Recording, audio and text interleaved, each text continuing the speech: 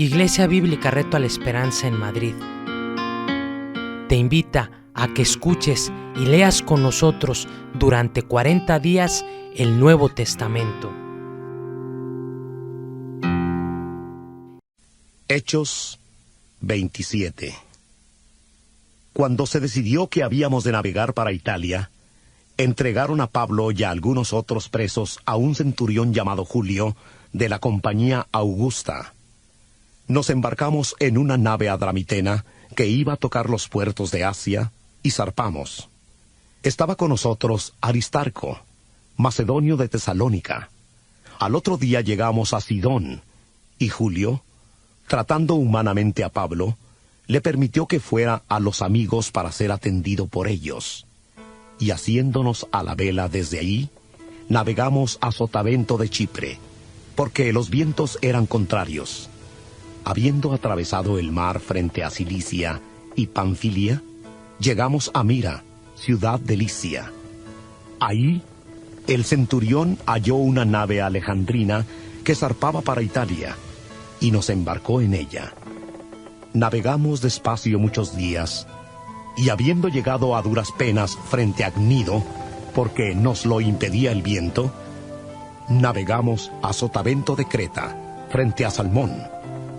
Después de costearla con dificultad, llegamos a un lugar que llaman Buenos Puertos, cerca del cual estaba la ciudad de Lasea.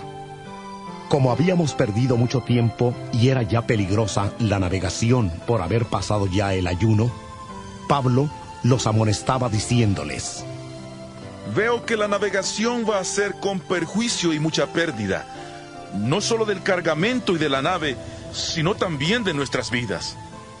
Pero el centurión daba más crédito al dueño y al capitán de la nave que a lo que Pablo decía.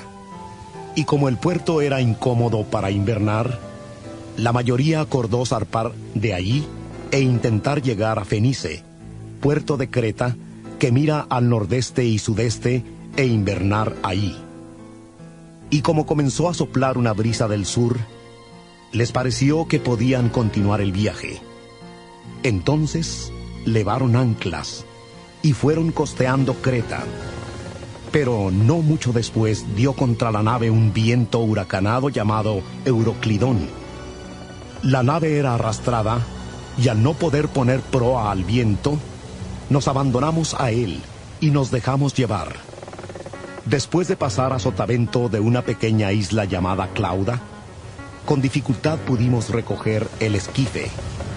Una vez subido a bordo, usaron de refuerzos para asegurar las amarras de la nave, y por temor de dar en la sirte, arriaron las velas y quedaron a la deriva. Pero siendo combatidos por una furiosa tempestad, al siguiente día empezaron a deshacerse de la carga, y al tercer día, con nuestras propias manos, arrojamos los aparejos de la nave. Al no aparecer ni sol ni estrellas por muchos días, y acosados por una tempestad no pequeña, ya habíamos perdido toda esperanza de salvarnos. Entonces Pablo, como hacía ya mucho que no comíamos, puesto en pie en medio de ellos, dijo: Habría sido por cierto conveniente haberme oído, y no zarpar de Creta tan solo para recibir este perjuicio y pérdida. Pero ahora os exhorto a tener buen ánimo, pues no habrá ninguna pérdida de vida entre vosotros, sino solamente de la nave. Porque esta noche ha estado conmigo el ángel del Dios de quien soy y a quien sirvo, y me ha dicho: Pablo, no temas, es necesario que comparezcas ante César. Y he aquí Dios te ha concedido todos los que navegan contigo. Por tanto, tened buen ánimo, porque yo confío en Dios que será así como se me ha dicho. Con todo, es necesario que demos en alguna isla. Al llegar la 14ª noche, y siendo llevados a través del mar Adriático, a la medianoche los marineros sospecharon que estaban cerca de tierra. Echaron la sonda y hallaron 20 brazas. Y pasando un poco más adelante, volvieron a echar la sonda y hallaron 15 brazas. Temiendo dar en escollos, echaron 4 anclas por la popa, y ansiaban que se hiciera de día. Entonces los marineros procuraron huir de la nave, y echando el esquife al mar, aparentaban como que querían largar las anclas de proa. Pero Pablo dijo al centurión y a los soldados: Si estos no permanecen en la nave, vosotros no podéis salvaros. Entonces los soldados cortaron las amarras del esquife y lo dejaron perderse. Cuando comenzó a amanecer, Pablo exhortaba a todos que comieran, diciendo: Este es el 14º día que veláis y permanecéis en ayunas, sin comer nada. Por tanto, os ruego que comáis por vuestra salud, pues ni aun un cabello de la cabeza de ninguno de vosotros perecerá. Y dicho esto, tomó el pan y dio gracias a Dios en presencia de todos. Lo partió y comenzó a comer. Entonces todos, teniendo ya mejor ánimo, comieron también. Y éramos todas las personas en la nave, 276. Una vez satisfechos, aligeraron la nave echando el trigo al mar. Cuando se hizo de día, no reconocieron el lugar, pero vieron una ensenada que tenía playa, en la cual acordaron varar la nave si podían. Cortaron pues las anclas y las dejaron en el mar. Aflojaron también las amarras del timón, izaron al viento la vela de proa y enfilaron hacia la playa. Pero dando en un lugar de 2 aguas, hicieron encallar la nave. La proa hincada quedó inmóvil y la popa se abría con la violencia del mar. Entonces los soldados acordaron matar a los presos para que ninguno se fugara nadando. Pero el centurión, queriendo salvar a Pablo, les impidió este intento y mandó que los que supieran nadar se arrojaran al agua primero y salieran a tierra, y los demás parte en tablas, parte en cosas de la nave. Y así aconteció que todos se salvaron saliendo a tierra. Hechos 28. Estando ya a salvo, supimos que la isla se llamaba Malta. Los habitantes del lugar nos trataron con no poca humanidad, porque encendiendo un fuego, nos recibieron a todos a causa de la lluvia que caía y del frío. Entonces Pablo recogió algunas ramas secas y las echó al fuego, y una víbora, huyendo del calor, se le prendió en la mano. Cuando la gente de ahí vio la víbora colgando de su mano, decía: Ciertamente este hombre es homicida, a quien, escapado del mar, la justicia no deja vivir. Pero él, sacudiendo la víbora en el fuego, ningún daño padeció. Ellos estaban esperando que él se hinchara o cayera muerto de repente. Pero habiendo esperado mucho, y viendo que ningún mal le venía, cambiaron de parecer y dijeron que era un dios. En aquellos lugares había propiedades del hombre principal de la isla, llamado Publio, quien nos recibió y hospedó solícitamente 3 días. Y aconteció que el padre de Publio estaba en cama, enfermo de fiebre y de disentería. Pablo entró a verle, y después de haber orado, le impuso las manos y le sanó.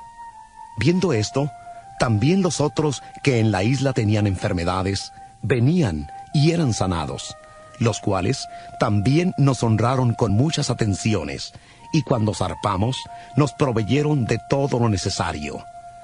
Pasados 3 meses, nos hicimos a la vela en una nave alejandrina que había invernado en la isla, la cual tenía por enseña a Cástor y Pólux. Llegados a Siracusa, estuvimos allí 3 días. De allí, costeando alrededor, llegamos a Regio, y al día siguiente, soplando el viento sur, llegamos al 2.º día a Puteoli. Allí encontramos a algunos hermanos, los cuales nos rogaron que nos quedáramos con ellos 7 días. Luego fuimos a Roma, de donde, oyendo de nosotros los hermanos, salieron a recibirnos hasta el foro de Apio y las 3 tabernas. Al verlos, Pablo dio gracias a Dios y cobró aliento. Cuando llegamos a Roma, el centurión entregó los presos al prefecto militar, pero a Pablo se le permitió vivir aparte, con un soldado que le vigilara. Aconteció que 3 días después, Pablo convocó a los principales de los judíos, a los cuales, luego que estuvieron reunidos, les dijo: Yo, hermanos, no habiendo hecho nada contra el pueblo ni contra las costumbres de nuestros padres, he sido entregado preso desde Jerusalén, en manos de los romanos, los cuales, habiéndome examinado, me querían soltar, por no haber en mí ninguna causa de muerte. Pero oponiéndose los judíos, me vi obligado a apelar a César, no porque tenga de qué acusar a mi nación. Así que por esta causa os he llamado para veros y hablaros, porque por la esperanza de Israel estoy sujeto con esta cadena. Entonces ellos le dijeron: Nosotros no hemos recibido de Judea cartas acerca de ti, ni ha venido ninguno de los hermanos que haya denunciado o hablado algún mal de ti. Pero querríamos oír de ti lo que piensas, porque de esta secta nos es notorio que en todas partes se habla contra ella. Habiéndole señalado un día, vinieron a él muchos a la posada, a los cuales les declaraba y les testificaba el reino de Dios desde la mañana hasta la tarde, persuadiéndoles acerca de Jesús, tanto por la ley de Moisés como por los profetas. Algunos asentían a lo que se decía, pero otros no creían. Como no estaban de acuerdo entre sí, al retirarse les dijo Pablo esta palabra: Bien habló el Espíritu Santo por medio del profeta Isaías a nuestros padres, diciendo: Ve a este pueblo y diles: de oído oiréis y no entenderéis, y viendo veréis y no percibiréis, porque el corazón de este pueblo se ha engrosado, y con los oídos oyeron pesadamente, y sus ojos han cerrado, para que no vean con los ojos, y oigan con los oídos, y entiendan de corazón, y se conviertan, y yo los sane. Sabed pues que a los gentiles es enviada esta salvación de Dios, y ellos oirán. Cuando terminó de decir esto, los judíos se fueron, teniendo gran discusión entre sí. Pablo permaneció 2 años enteros en una casa alquilada, y recibía a todos los que a él venían. Predicaba el reino de Dios y enseñaba acerca del Señor Jesucristo, abiertamente y sin impedimento.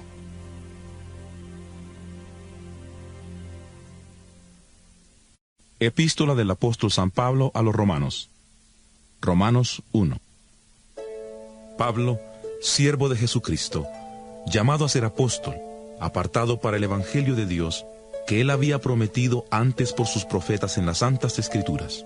Evangelio que se refiere a su Hijo, nuestro Señor Jesucristo, que era del linaje de David, según la carne, que fue declarado Hijo de Dios con poder, según el Espíritu de Santidad, por su resurrección de entre los muertos. Por medio de él recibimos la gracia y el apostolado para conducir a todas las naciones a la obediencia de la fe por amor de su nombre, entre las cuales estáis también vosotros, llamados a ser de Jesucristo. A todos los que estáis en Roma, amados de Dios, y llamados a ser santos, gracia y paz a vosotros, de Dios nuestro Padre y del Señor Jesucristo. Primeramente, doy gracias a mi Dios, mediante Jesucristo por todos vosotros, porque vuestra fe se divulga por todo el mundo. Dios, a quien sirvo en mi espíritu anunciando el evangelio de su Hijo, me es testigo de que sin cesar hago mención de vosotros siempre en mis oraciones, rogando que de alguna manera, si es la voluntad de Dios, tenga al fin un próspero viaje para ir a vosotros, porque deseo veros, para comunicaros algún don espiritual, a fin de que seáis fortalecidos, esto es, para ser mutuamente confortados por la fe, que nos es común a vosotros y a mí. Pero no quiero, hermanos, que ignoréis que muchas veces me he propuesto ir a vosotros, para tener también entre vosotros algún fruto, como lo he tenido entre los demás gentiles, pero hasta ahora he sido estorbado. A griegos y a no griegos, a sabios y a no sabios soy deudor. Así que en cuanto a mí, pronto estoy a anunciaros el evangelio, también a vosotros que estáis en Roma. Porque no me avergüenzo del evangelio, porque es poder de Dios para salvación de todo aquel que cree, del judío primeramente y también del griego, porque en el Evangelio la justicia de Dios se revela por fe y para fe, como está escrito. Mas el justo por la fe vivirá. Pues la ira de Dios se revela desde el cielo contra toda impiedad e injusticia de los hombres que detienen con injusticia la verdad. Porque lo que de Dios se conoce les es manifiesto, pues Dios se lo manifestó, porque lo invisible de Él, su eterno poder y su deidad, se hace claramente visible desde la creación del mundo y se puede discernir por medio de las cosas hechas.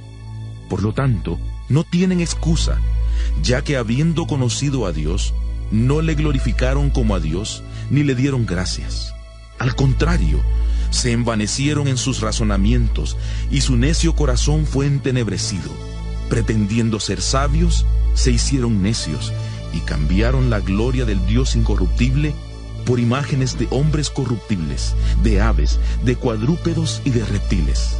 Por lo cual, también los entregó Dios a la inmundicia en los apetitos de sus corazones, de modo que deshonraron entre sí sus propios cuerpos, ya que cambiaron la verdad de Dios por la mentira, honrando y dando culto a las criaturas antes que al Creador, el cual es bendito por los siglos. Amén.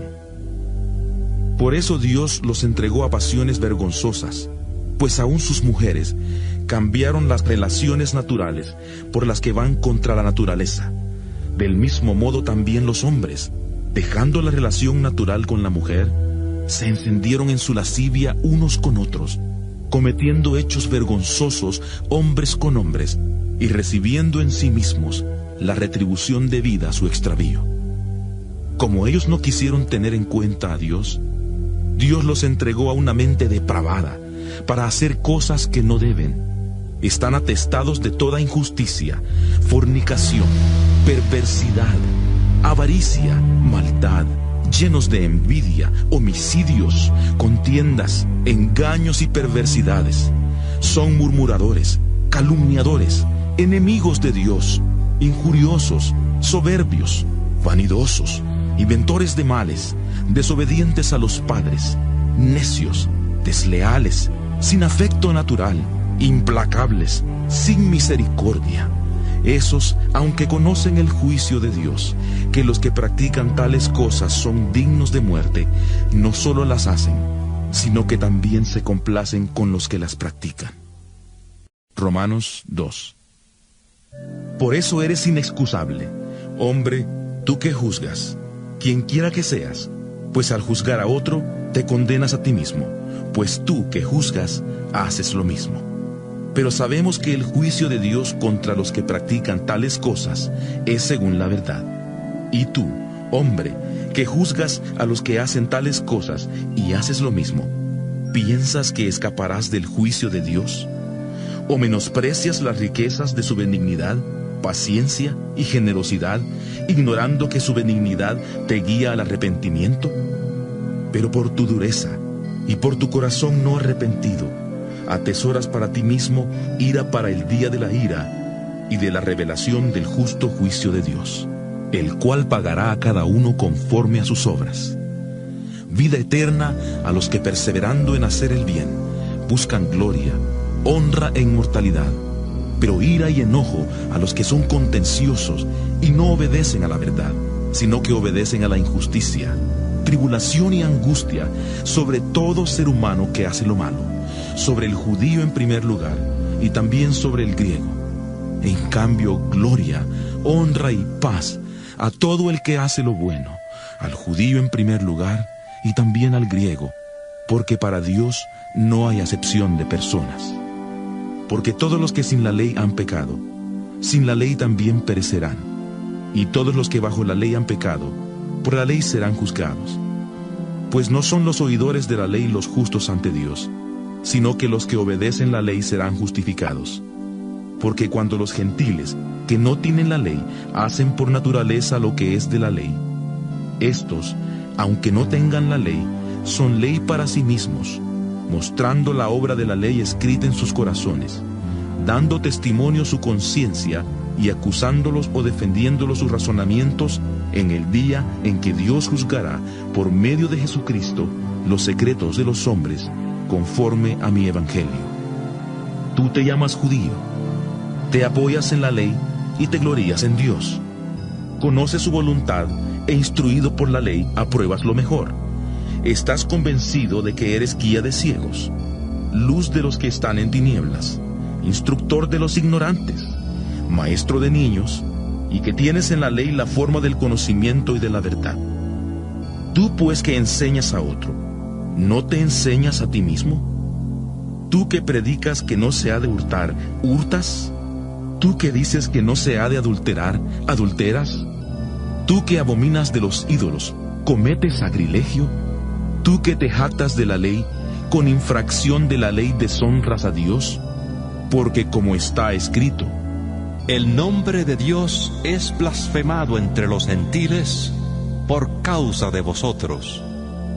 Pues en verdad, la circuncisión aprovechas si guardas la ley, pero si eres transgresor de la ley, tu circuncisión viene a ser incircuncisión. Por tanto, si el incircunciso guarda las ordenanzas de la ley, ¿no será considerada su incircuncisión como circuncisión? Y el que físicamente es incircunciso, pero guarda perfectamente la ley, te condenará a ti, que con la letra de la ley y la circuncisión eres transgresor de la ley. Pues no es judío el que lo es exteriormente, ni es la circuncisión la que se hace exteriormente en la carne, sino que es judío el que lo es en lo interior, y la circuncisión es la del corazón, en espíritu y no según la letra. La alabanza del tal no viene de los hombres, sino de Dios. Romanos 3.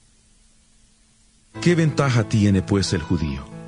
¿De qué aprovecha la circuncisión? De mucho, en todos los aspectos. Primero, ciertamente, porque les ha sido confiada la palabra de Dios. Pues que si algunos de ellos han sido incrédulos, ¿su incredulidad habrá hecho nula la fidelidad de Dios? De ninguna manera. Antes bien, sea Dios veraz y todo hombre mentiroso, como está escrito. Para que seas justificado en tus palabras y venzas cuando seas juzgado. Y si nuestra injusticia hace resaltar la justicia de Dios, ¿qué diremos? ¿Será injusto Dios al dar el castigo? Hablo como hombre. De ninguna manera. De otro modo, ¿cómo juzgaría Dios al mundo? Pero si por mi mentira la verdad de Dios abundó para su gloria, ¿por qué aún soy juzgado como pecador?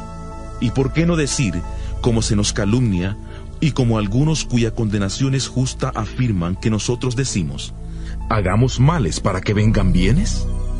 ¿Qué pues? ¿Somos nosotros mejores que ellos? De ninguna manera, pues hemos demostrado que todos, tanto judíos como gentiles, están bajo el pecado, como está escrito. No hay justo, ni aun uno. No hay quien entienda. No hay quien busque a Dios.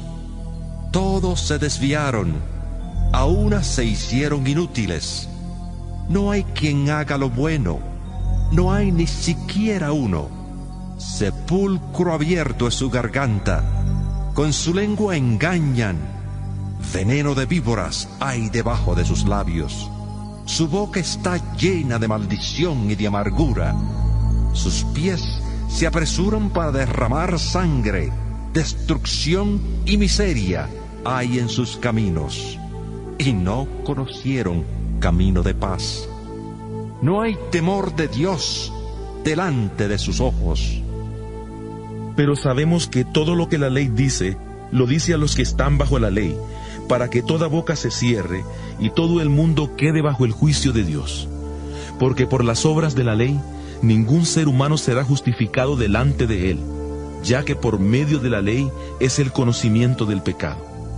Pero ahora, aparte de la ley, se ha manifestado la justicia de Dios, testificada por la ley y por los profetas, la justicia de Dios por medio de la fe en Jesucristo, para todos los que creen en Él, porque no hay diferencia, por cuanto todos pecaron y están destituidos de la gloria de Dios, y son justificados gratuitamente por su gracia, mediante la redención que es en Cristo Jesús, a quien Dios puso como propiciación por medio de la fe en su sangre, para manifestar su justicia a causa de haber pasado por alto en su paciencia los pecados pasados, con miras a manifestar en este tiempo su justicia, a fin de que Él sea el justo y el que justifica al que es de la fe de Jesús. ¿Dónde pues está la jactancia? Queda excluida. ¿Por cuál ley? ¿Por la de las obras? No, sino por la ley de la fe. Concluimos pues que el hombre es justificado por la fe sin las obras de la ley. ¿Es Dios solamente Dios de los judíos? ¿No es también Dios de los gentiles? Ciertamente, también de los gentiles, porque Dios es uno, y Él justificará por la fe a los de la circuncisión, y por medio de la fe a los de la incircuncisión. Luego, ¿por la fe invalidamos la ley? De ninguna manera, más bien confirmamos la ley. Romanos 4. ¿Qué pues diremos que halló Abraham, nuestro padre según la carne? Porque si Abraham hubiera sido justificado por las obras, tendría de qué gloriarse, pero no ante Dios. Porque ¿qué dice la Escritura? Creyó Abraham a Dios y le fue contado por justicia.